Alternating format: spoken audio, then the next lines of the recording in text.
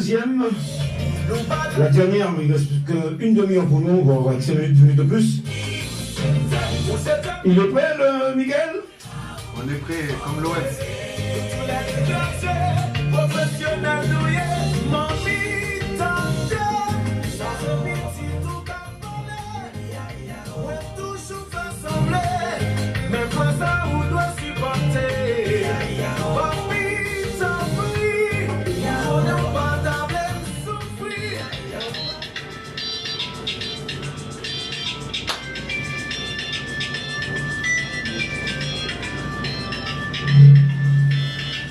Ok.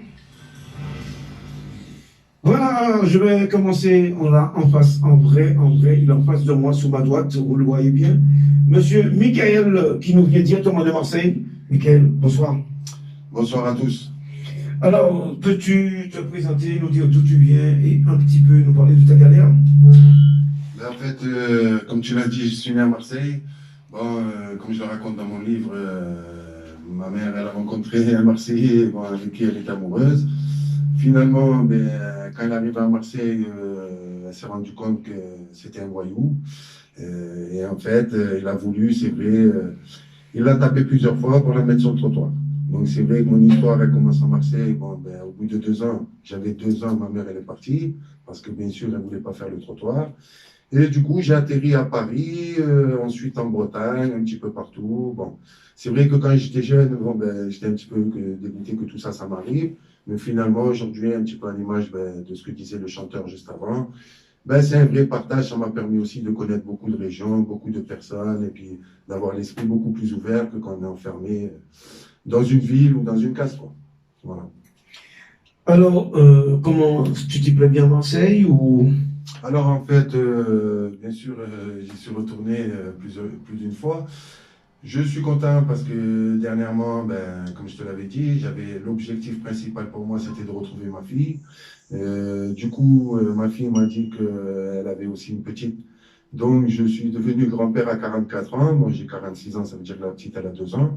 Et finalement, ben, grâce à la vente de mon livre, c'est vrai que j'ai réussi à les retrouver parce qu'on mettait des bâtons dans les roues par rapport à ma situation. Donc, on va parler après. Mais moi, quand j'arrive à Marseille, j'ai pas à rougir de ma situation, sachant qu'en France, il faut 88 jours donc, de travail effectif pour toucher le chômage. J'arrive à Marseille avec 87 jours. Donc, j'avais eu un petit coup de poisse pour une journée seulement et j'ai pas touché de chômage. Ensuite, les problèmes de CAF, ça concerne tout le monde. Dès que vous changez de département, il faut savoir que la CAF est un fournisseur vraiment très important de SDF en France par rapport à des systèmes qui sont révolus, que personne n'accepterait pour lui, parce que je vous rappelle que quand vous changez de département, pendant 2-3 mois, vous avez 0 €. Donc dites-moi qui, dans cette planète, voudrait bien accepter de vivre avec 0 €? Personne, et c'est pour ça que d'ailleurs il y a beaucoup de problèmes, gilets jaunes, compagnie.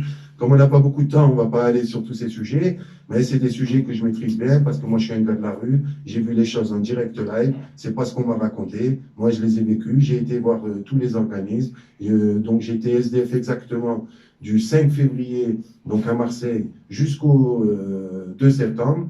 Et franchement, je suis arrivé, je ne pensais jamais me retrouver dans une telle situation. Mais le fait est qu'on ne m'a rien donné. On m'a donné 50 € de ticket resto, une aide d'urgence qui est arrivée 3 semaines après de 100 €. Voilà ce qu'on vous donne pour arriver dans une ville. Donc c'est pour ça qu'il y a beaucoup de gens qui ne déménagent pas et qui des fois ont des difficultés. D'ailleurs, on le dit souvent, bon, ben, quand une personne a des difficultés, c'est bien de pouvoir déménager, de recommencer une nouvelle vie. C'est ce que la plupart des gens vont vous conseiller. Mais malheureusement, on vit dans une société qui ne nous suit pas dans ce cas de figure très précis, quoi. Voilà. En tous les cas, merci à toi d'avoir répondu présent. C'est la deuxième fois que je prends une interview. La première, c'était téléphonique. Comment tu te sens? Tu préfères 1000 fois être en face de l'animateur ou être au téléphone? Ah ben, honnêtement, ça c'est clair et net, mais c'est sûr d'être en face de toi, parce qu'en plus, comme je l'ai dit, bon, ben, moi j'ai choisi Limoges comme première ville de ma tournée nationale. Bon, je vais rester 15 jours dans chaque ville. Et finalement, Limoges, comme je te l'avais dit à l'époque, c'est marrant parce que j'ai pas fait qu'un livre et j'en parle dans mes livres puisque j'ai connu Limoges quand j'étais jeune. Donc voilà, c'est pour ça qu'on en avait parlé. Après, pour répondre à ta question, quand on a eu l'interview téléphonique, j'étais à Marseille et franchement, ça m'a fait super plaisir. Vraiment, c'était un gars avec qui ça a accroché tout de suite. Et puis on a vu tous les deux, comme on avait quand même voilà, une expérience de vie, un certain âge, que finalement on était arrivé un petit peu aux mêmes conclusions et qu'on avait envie de se battre pour un certain chemin et pas pour d'autres, quoi. Donc c'est là-dessus qu'on se rejoint beaucoup, toi et moi, et c'est pour ça qu'aujourd'hui, on va pouvoir l'annoncer ensuite. Tu deviens, je peux le dire en direct, mon premier partenaire sur Limoges. Et ça, vraiment, j'en suis fier parce que je t'aime bien et ça me fait plaisir de travailler avec toi. Voilà. Merci pour cet honneur, je te remercie énormément. Peux-tu me dire comment ça se passe que quand on est dans la rue, on n'a pas d'endroit fixe pour dormir, on n'a pas de restaurant, on n'a pas de kebab, des trucs comme ça, ni McDo, ni KFC, comme certains le font. On dort sous des cartons, on essaie de trouver une grille où il y a de la chaleur pour se réchauffer et des difficultés pour se laver, et que toi, tu t'es battu, tu t'en es sorti, et en plus, avec un livre en main. Raconte-nous ça. Voilà, parce qu'en fait, quand j'arrive à Marseille, il faut se rendre compte que j'avais écrit donc, mon livre. J'ai mis 6 ans pour écrire mon livre. J'ai commencé en janvier 2013, j'ai fini en janvier 2019. Et donc, la difficulté, comme je l'expliquais tout à l'heure, c'était après de le publier. Donc là aussi, ça a été le parcours du combattant. Parce que publier un livre avec des éditeurs qui, franchement, là, pour la plupart, il n'y a pas d'autre mot, c'est des requins. Ils vous laissent des centimes pour vivre. Et puis, eux, ils s'amusent bien. Donc, nous, on n'est pas d'accord avec tous ces systèmes. Et d'ailleurs, posez-vous la question, par exemple, à Limoges. Je peux parler très bien du social de Marseille. Limoges, bien sûr, je ne peux pas en parler parce que pour l'instant, je n'ai pas rencontré les personnes qui sont dans le social. À Marseille, j'en ai rencontré plusieurs, donc je pourrais mieux en parler. Parce qu'il faut savoir que suivant la ville où tu vas, en plus, les règles ne sont pas les mêmes. Parce que moi, comme je le disais tout à l'heure au chanteur Patrick, j'ai connu un peu la Normandie. Par exemple, là-bas, quelqu'un qui est dans la rue, on lui donne des types de transport pendant 2, 3 mois, 4 mois, 5 mois, le temps qu'il puisse faire ses démarches, qu'il puisse se déplacer, donc faire tout ce qu'il a à faire. Quand vous arrivez à Marseille, c'est ça qui m'a vraiment stupéfait, pas un ticket, rien. On vous laisse, vous vous démerdez. Alors c'est quand même dur parce que du coup, il y a eu beaucoup de reportages faits sur Marseille où on voyait beaucoup de SDF effectivement dormir sur des cartons à la Canebière parce que ils ont pu moi je suis sportif, j'ai fait des vidéos d'ailleurs que vous pouvez retrouver sur ma chaîne Michael Lohem et vous verrez le parcours du combattant que c'est pour aller à la cave, pour aller au Pôle emploi, pour aller ensuite au Resto du Cœur. Alors je le disais par exemple, j'ai rencontré plusieurs styles de Resto du Cœur, mais ceux de Marseille, ça n'a rien à voir avec la chanson qu'on vous donne à boire et à manger. Donc les gens ils croient ça, quand ils regardent la télévision, ils pensent tout de suite, ça y est, je suis en galère, je vais voir les Restos du Cœur, on va me donner à manger et à boire comme dans la chanson. Sauf qu'après, ça n'a plus rien à voir avec ça. Moi, quand j'ai été les voir, ils m'ont dit, monsieur, mais vous êtes inscrit chez nous? Ben non, je ne suis pas inscrit, j'ai faim et j'ai soif. Voilà, comme il disait dans la chanson. Il dit, non, mais écoutez, il faut que vous allez voir une assistante sociale au préalable qui va vous donner, donc on peut appeler ça un fameux sésame, qui me donnera l'autorisation ensuite d'aller voir les Restos du Cœur de Marseille pour leur demander à manger et à boire. Une fois que ça s'est fait, donc vous attendez en moyenne 1 semaine à 15 jours pour pouvoir voir l'assistante sociale et avoir donc le fameux sésame. Donc si vous avez faim, si vous avez soif, mettez-vous à la place de la personne si elle doit attendre 15 jours ou 3 semaines pour pouvoir manger. Donc ensuite, quand vous êtes inscrit au Resto du Cœur, là, il vous donne, c'est vrai, vous délivrez un colis, mais que vous venez chercher que la semaine d'après. Donc il faut encore attendre 1 semaine pour avoir le colis alimentaire. Donc bref, ça marche pas, ça a montré ses limites, ça montre que maintenant, ils sont surchargés, ils disent toujours ça, ils sont surchargés, mais si tous ces messieurs, dames, ils sont surchargés, c'est parce qu'il faut dire la vérité. Ça fait des années qu'ils ont tout misé sur la survie, qu'ils ont tout misé sur des vêtements, tout misé sur à manger, et qu'aujourd'hui, tout ça, ça revient en pleine face de toutes ces personnes-là, parce qu'il n'y a pour moi, aucun être sur Terre qui est venu juste pour s'habiller, pour manger, quoi.